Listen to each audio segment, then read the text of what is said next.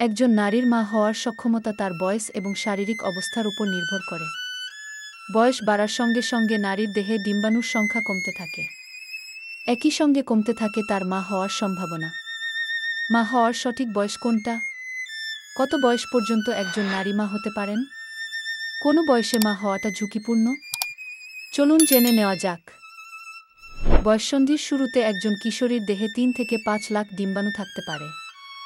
বয়স বাড়ার সঙ্গে সঙ্গে ডিম্বাণুর সংখ্যা কমতে থাকে। একজন নারীর বয়স যখন ৩৭ বছর, সংখ্যাটা কমে তখন ২৫,০০০-এ এসে দাঁড়ায়।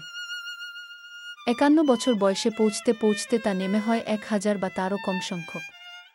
বয়স বাড়ার সঙ্গে সঙ্গে তাই প্রাকৃতিক উপায়ে, অর্থাৎ কোনো ধরনের চিকিৎসা প্রযুক্তির সহায়তা ছাড়া, মা হওয়ার সম্ভাবনা কমতে থাকে।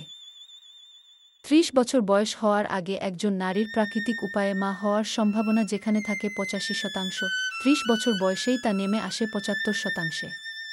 ৩৫ বছর বয়সে পৌঁছে মা হওয়ার সম্ভাবনা থাকে ৬৬%, ৪০ বছর বয়সে মাত্র ৪৪%। বেশি বয়সে গর্ভধারণ করতে চাইলে অনেক সময় তা স্বাভাবিক প্রক্রিয়ায় সম্ভব হয়ে ওঠে না। তাই চিকিৎসা প্রযুক্তির সহায়তা নিতে হয়। তবে বয়স যত বাড়ে প্রযুক্তি সফল হওয়ার সম্ভাবনাও কিন্তু ততই কমে। তাই ৭০ বছর বয়স পেরোনোর পর মা হওয়ার ঘটনা অত্যন্ত বিরল। ৩৫ বছরের পর মা হওয়ার অর্থ হল আপনি এমনিতেই একটু বেশি বয়সী মা হিসেবে ঝুঁকিপূর্ণদের তালিকায় ঢুকে যাচ্ছেন। তাই এই বয়সে মা হওয়ার ভালো সম্ভাবনা থাকলেও ঝুঁকিগুলো বিবেচনায় রাখুন। এই বয়সী মায়েদের গর্ভপাত হওয়ার ঝুঁকি বেশি। এমনকি প্রসবের কাছাকাছি সময়ে গিয়েও গর্ভের সন্তানের মৃত্যু হতে পারে। তাছাড়া বেশি বয়সে গর্ভধারণ করলে সন্তানের জিনগত সমস্যার ঝুঁকিও বেশি থাকে। বেশি বয়সে মা হলে মায়ের নিজেরও কিছু শারীরিক সমস্যার ঝুঁকি বাড়ে, যেমন গর্ভকালীন ডায়াবেটিস, উচ্চ রক্তচাপ এবং প্রিএক্লাম্পসিয়া।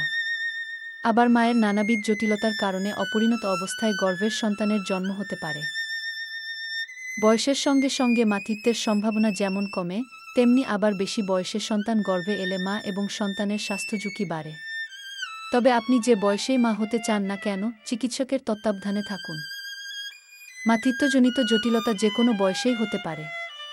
তাই সব বয়সী অন্তঃসত্ত্বা নারীরই বাড়তি যত্নের প্রয়োজন।